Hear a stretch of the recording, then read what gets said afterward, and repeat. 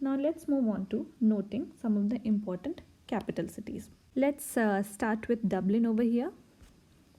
And then we have Madrid. I am moving from west to east. So we have Dublin, then Madrid, then we have London, we have Paris, then we have Brussels, Amsterdam, then we have Switzerland's capital Bern, Rome over here, and we have Berlin over here. Before Berlin, we have Copenhagen. Almost these three cities are in line. Most of the time, these cities which are so close to each other in terms of west to east placement or east to west placement, they'll not be asked in exam. Just remember that Copenhagen, Berlin, and Rome are almost in line of each other. Then we have Warsaw, and after that we have Athens. Remember the placement of Athens. Athens and Rome are very important from historical point of view. History that dates back. I'm not talking about the modern history. I'm talking about the ancient history of this world. Rome and Athens have very important placement. Also notice the placement of capital cities of these three countries. We have Oslo, we have Stockholm, we have Helsinki. The Oslo lies somewhere between Amsterdam and Berlin in west to east placement. Stockholm lies between the Berlin and Warsaw, and Helsinki lies after Warsaw. So these are the placement of some of the important capital cities. So we have Czech Republic, Austria, Slovakia, and Hungary. Okay, Czech Republic, Austria, Slovakia, Hungary.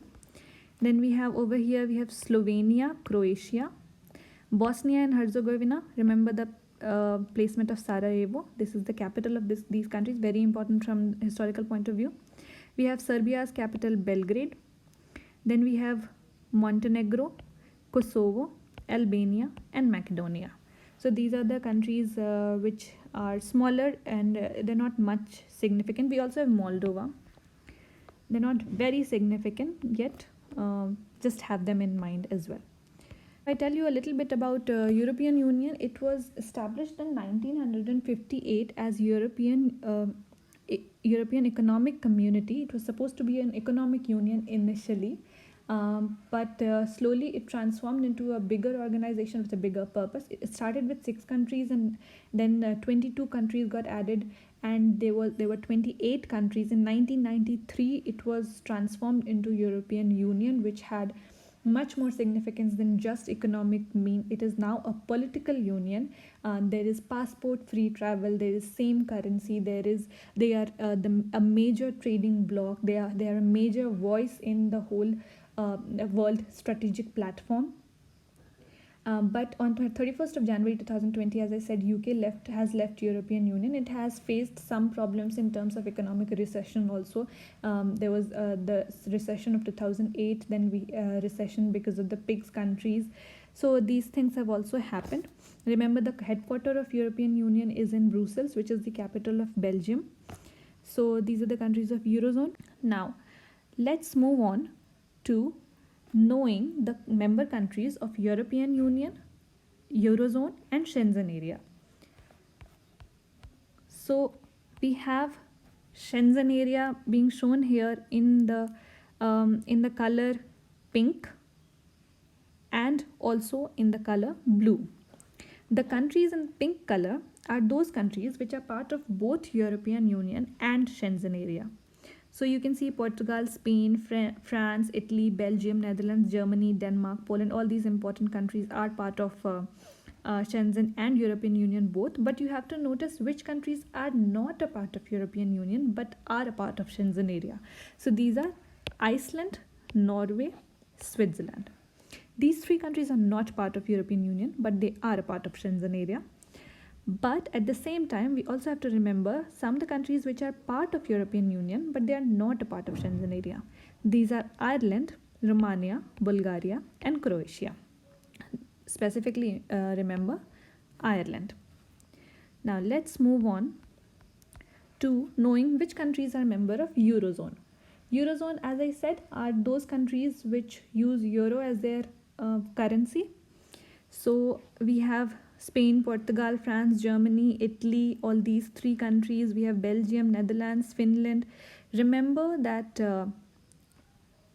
Sweden is a part of European Union but does not use euro as its currency. We also have Poland. We also have Czech Republic. We have countries like Romania and Bulgaria.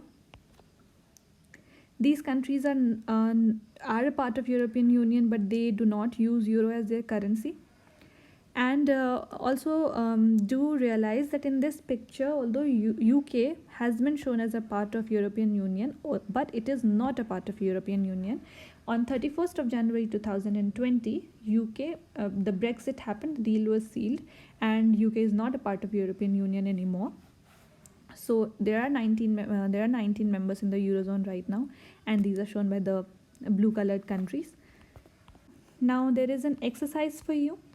You need an outline map of Europe like this, and what you need to do is to mark the countries with the first letter of the name of the country in the map itself, without seeing the atlas, without having any other reference, just by your done. For example, this is Portugal, this is Spain, this is France, we have England, we have Ireland, we have Iceland, we have Norway, we have Sweden, we have Finland, this is Denmark, this is Belgium, this is Netherlands, we have Germany, we have Poland, this one is Ukraine, this one is Romania, this is Bulgaria, this is Belarus, we have Estonia, Latvia, Lithuania, this part is of Russia. Then we have Italy, we have Greece, this is Sardinia, this is Sicily, we have Czech Republic, and then these countries, we have Switzerland. These three countries are not they're not easy to remember, although I don't want to force you to remember the smaller countries' names as well. Just keep in mind the placement of these countries also. So yeah, that was the crux of Europe's political map. In the next video I'll be talking about the physical features of Europe continent, and also the places that have been in news.